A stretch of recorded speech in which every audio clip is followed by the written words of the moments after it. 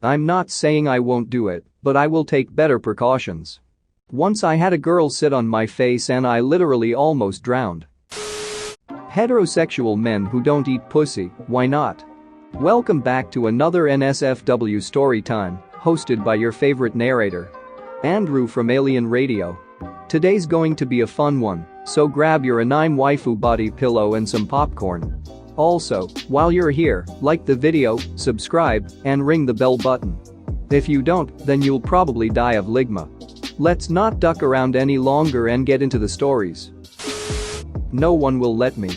Let's get an F in the chat. Not a man, but as a waxer, I know the answer. Women are taught repeatedly that the vagina is self-cleaning, but not taught that the vagina is not the vulva. Soap your folds, people. I got run over by a drunk driver while crossing the street and now have chronic back pain. Going down on my wife leaves me borderline crippled in bed for 20 to 30 minutes afterwards.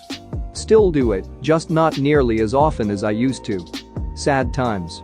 Lay on your back and have her straddle your face. Get comfortable with your head and neck supported and let her climb aboard. We just had a kid and she's pretty self-conscious regarding her body. Her on top doesn't happen, and I'm not gonna push her for it. She's already doing 95% of the work with our kid. I don't want to ask her for more, you know? Great suggestion, wrong circumstances. Hopefully somewhere down the line. She doesn't like beard hairs. Oh god, my BF once went down on me, and all was good and nice, and then, just as I'm about to cum he's thinking it would be a great idea to ruby beard against her pussy. Rarely have I ever been so pissed about a ruined orgasm. And we had been together for 1.5 years at that point. He had gone down on me countless times. I'm not opposed to it all. My ex didn't want it. She was really self-conscious about her bits. We eventually ended up breaking things off for other reasons, but I was always willing to go down. She pulled the "you never went down on me" card at one point, and I never understood why. So confusing. It's unfortunate, but a lot of women are super self-conscious about their bits. Probably worried about smelling, I would assume. I mean, unless you're unhygienic or have an infection, most girls don't smell or taste like anything other than skin, and honestly, even if they have a slight pussyish smell, it's kind of a turn-on. Pheromones are a hell of a drug. I totally understand the being self-conscious factor. My confusion was based on the fact that I was willing to do it. Regardless of any factors, then her saying no, and then using her insecurities against me as part of the reason as to why things went sideways. I'm right here. I want to do it if you want it. You help me, I help you. Just don't hold it against me when you say no. Late here, but I dated a Lithuanian guy once who said it was like, if you can't please a woman just with your dick, you're not a real man. Like if you go down on your girlfriend, that makes you less manly because she's not overcome with pleasure just from getting a pounding from you. He also suggested bringing a knife into the bedroom at one point. He wanted to run the tip of the blade over my skin. I'll pass, thanks. Kind of same here. My ex was Mexican and he was not into eating pussy. I didn't really care because I have yet to find a dude who is good at it, but he basically let it fall back on his culture. Me being a Canadian chick didn't say anything as not to offend his race, but I stopped sucking his dick and said my Canadian culture is treat people the way you want to be treated. He didn't like that. Edit. Not all Mexicans, obviously. Also, when I use the term treat people the way you want to be treated goes exactly the opposite way. If I treated people the way only I wanted to be treated, then better hide yo wife, hide yo husbands, cuz I be raping everyone up in here. Jokes aside, it goes both ways when you use that term. The irony is that only a fourth of women can orgasm from penetration alone, so it's highly likely his partners were faking it to soothe his ego. If he's not using his tongue or fingers during foreplay sex, or a vibrator, for duck's sake, then it's unlikely the women were genuinely orgasming. Source: research papers. Being an actual woman and hearing my friends complain about lack of oral fingering sex toy usage in their sex lives, or how they have to masturbate once the deed is over. For the love of God, people, wash yourselves first. Sexy shower time is good stuff. You want a blowjob? Wash you balls and shaft like you mean it. You want your man's mouth all up in your business? Wash it. All the nooks and crannies need to be cleaned. Showering together is good foreplay.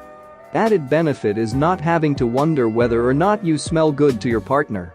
Yay. Problem solved. Actually, I think I clean myself more thoroughly when I shower alone. I always feel like I cannot clean myself thoroughly when I shower with my BF, hence I would not be comfortable enough to let him go down on me afterwards. My best friend used to tell me that her boyfriend wouldn't do it because it didn't taste good. If I remember correctly, her response was something along the lines of, "Well, your dick doesn't taste good either, you dumbass," but I still ducking inhaled that bad boy. Edit. I think I need to clarify, he said it didn't taste good. The man didn't think it had a bad taste, his dumbass was just expecting a chocolate-flavored pussy or some crap. As for him, yeah, he probably didn't wash it, it sounds like something he'd do. Edit again.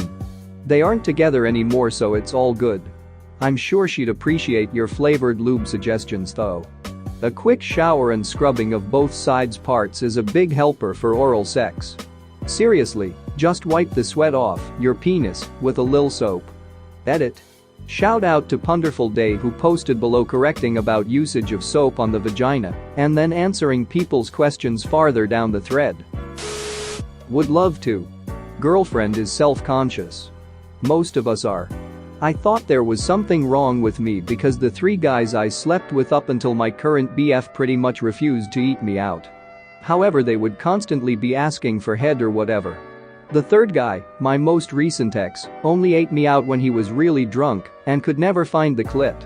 It's literally not even that hard to find, but he couldn't even find it when he was sober. Edit. I apparently didn't make this clear, but I did try to tell him where it was. I tried to communicate, but that guy was a lost cause. When he did finally find it, he decided biting it was a good idea. Hey. Just a quick note here. Communication is a great tool to tell your man where your clit is. I never understood why a woman would just let someone eat them out for an hour before being like, "Oh, just try it this way in this spot."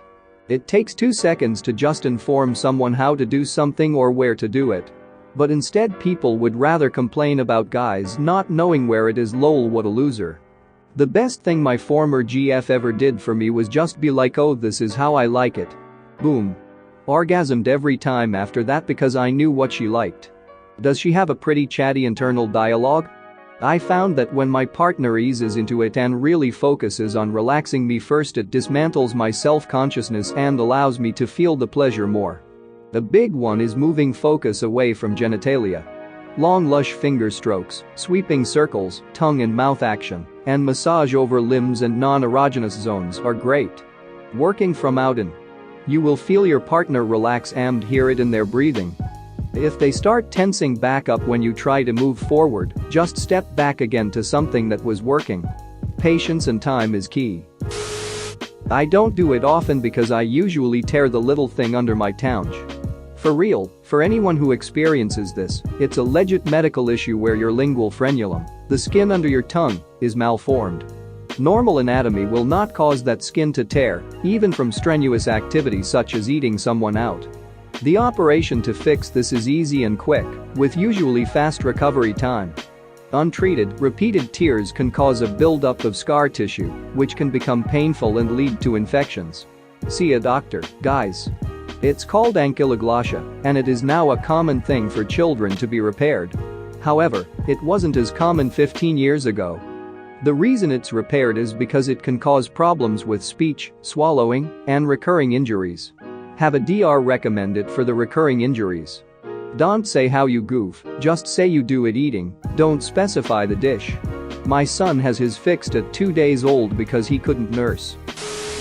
She tells me not to even though I'm willing. Same. My wife is very self-conscious about herself and thinks she will smell or taste bad, even though she is very clean and showers every single night. But man, all I want to do sometimes is bury my face right in there or even have her sit on my face. She also has TMJ pretty bad and can't give me oral very often either, so our oral repertoire is pretty limited, unfortunately. Anyone else experience this? It usually smells the same to her, but to me it sometimes smells great and sometimes smells nasty. Occasionally she'll think it smells bad, but it's a toss-up how I'll reply. Are there pheromones that opposite sexes are literally unable to smell? Track it with her cycle. It's likely that you think it smells great when she is at her fertile time in her cycle. The nasty times might be at the less fertile times, or might be after sex or after she eats certain foods. Strong or faint smell has more to do with what she has been doing, what she's wearing. Tight clothes and fabrics that don't breathe can lead to some strong pussy smell, how aroused she's been, and how long has it been since she showered. Like and subscribe for more funny, interesting, and scary r/ask Reddit videos.